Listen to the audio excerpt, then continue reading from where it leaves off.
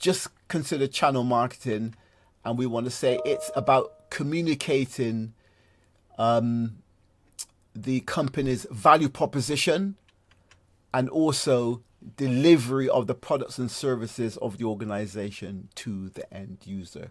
So that's one thing that we really want to focus in on and really getting this defined as we look to get the most out of providing value to the marketplace. And in line with market segmentation, we have our ideal client profiling process. And I just have a representation of this here. This works in line with the segment of the market identified above. And there are three main fundamentals to consider: the decision maker, the purchaser, and the consumer. And let's just say that they may or not be the same person. And these need to be factored into the outbound marketing strategy, development, and execution. Why? Because, as is often the case, the effort is put into the consumer, and it may be that we want to be focused on the decision maker, and they in turn will communicate with the purchaser, and the consumer may not have any say in the purchasing or decision making, or they could be the same person. So we really want to get this, sit down, get our market research data together, and make sure we really understand these three fundamentals before we go out and pushing our marketing message through to the market. Another thing we want to really talk about and consider is that of pricing, supply, and demand. So what I've done here is gone back to my textbooks, and here we have the simple sloping economics demand curve. And look what we have here. We have price in here. This is higher we go, the higher the price. Higher we go, the higher the price. And over here, we have the quantity, sloping demand curve.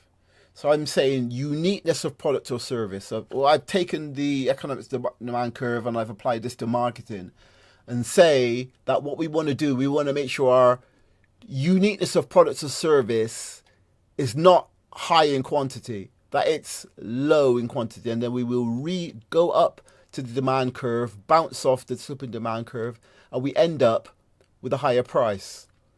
So if our product is not easily replicable, then it means that we can charge a premium and the value to the marketplace is higher. If we're a Me Too product, if they could go easily and find what we're offering anywhere, then by definition, by the laws of economics, then we will end up with a lower price. So we say we want to focus on developing niche, unique products and services that are not easily replicable. We want to develop client solutions, combination of products and services, building monthly programs, sell packages, client solutions, and we want to build in price inelasticity of products and services. For example, we want to say that if we put our price up, we want to make sure that our products and services are not price dependent, that we're not just selling based upon price. We're not just trying to say, okay, look, we're going to sell it cheap so you can buy.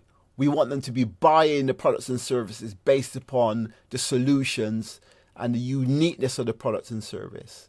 So here's one thing that we'll be working on as we look to move forward with the marketing consulting strategy, a program as we work together. That's pricing, supply and demand. The next is brand equity. And again, there are some components within brand equity here. We have the brand equity, which ties into the products and service, which in turn links to market research, because we won't develop our brand. We should not be developing our brand independent of what's happening within the market, which ends up within a specific product or service. So there's four main components that I like to focus on. There are many more in terms of brand equity, but I want to, at the outset, focus on awareness and associations, and then perceived quality and customer loyalty. So we want to strengthen the equity of the brand and provide the company.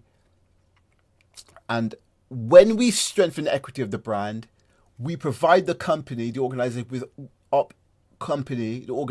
with options within the marketplace. So at the outset, we want to focus on building awareness with target market customers, as well as with other suppliers within the marketplace. We want to build our associations. Of course, there are opportunities for joint venture partnerships within the marketplace, joint promotions. There are influencers within the marketplace. We want to build the awareness and associations. And of course, the digital marketing aspect, very instrumental in this, as well as standard phone and actually talking to people at networking events, for example. As traction is gained, we can look to strengthen customer loyalty for repeat purchases as well as referral business. And the quality of the solutions have a bearing on the overall strength of the associated brand. So to bear in mind, brand equity, very important concept as we look to build our company and to provide excellence within the marketplace. And what I'll be doing is pulling out a separate component within the framework of digital marketing. And within digital marketing, I like to focusing on the search engine marketing aspect and break it down into digital marketing sub-channels. And as we would have already spoken about market segments, we can see here, as we know, that different market segments sit at the end of different channels.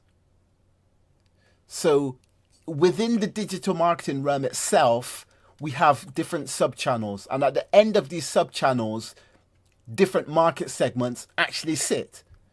And it's our job to figure out, for example, we certainly can't do everything. And there are certain channels, I'll say Snapchat, for example. It's like the company may set up their Snapchat channel and putting all this effort into it. Well, if your target market segment doesn't sit at the end of the Snapchat channel, then why do it? Unless we've identified specifically that we want to build some association awareness within a particular digital sub-channel, we will focus on the main digital sub-channels that's going to connect with our market segment.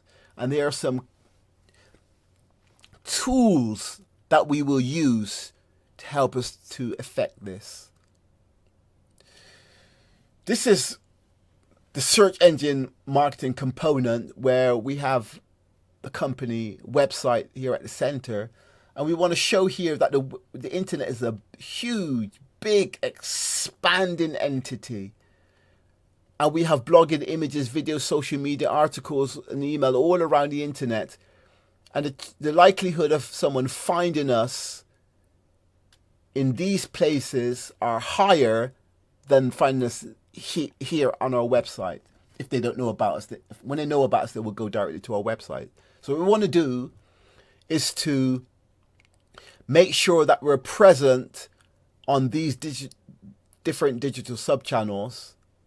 Articles, for example, articles are very important in search engine marketing because within each article, for example, we would have a link, and links will be spidered by the search engines, and this will contribute to the ranking of our company websites. And this can get very technical, but it's a very important component when we look to communicate within the digital realm. So specific focus is dedicated to the development of digital marketing strategies, and we want to keep in mind the channel marketing perspective. We use keyword research as a foundation for content development, which in turn is used across search and social. So we talk about content development, for example, all this blogging and images and videos and social and articles. This is not done by blind chance. Should not be done by blind chance. We use keyword research, which tells us what customers have been typing into the search engines that relate to our products and services. We use the output of these research to develop articles and content as appropriate, and we push this content through the different digital sub-channels through to our end user market segments. This is defined strategic digital marketing in order to promote our products and services. Remember that search engine marketing is permission based because we already know that customers have typed something into the search engines because we've looked at our keyword research. And what we want to do is that these people will find the content because they've already said, I'm looking to hire a recruitment consultant or a real estate agent or a beauty cosmetic surgeon. Is permission based. And then what we want to do, we want to nurture them through what we call a marketing funnel, which we'll touch on briefly in a short while. This is search engine marketing aspect. Now, in terms of social, with conversations, groups, and associations, we use social media to further segment the market, build the equity of the brand, which pushes them through the marketing funnel, which culminates in sales and generates revenues. So this is what we'll be working on, the digital marketing component, as we look to develop a complete strategy, and things are written down and documented so we actually know we have a plan that we're working to on a daily basis in terms of taking our business forward. An overview of digital. Remember,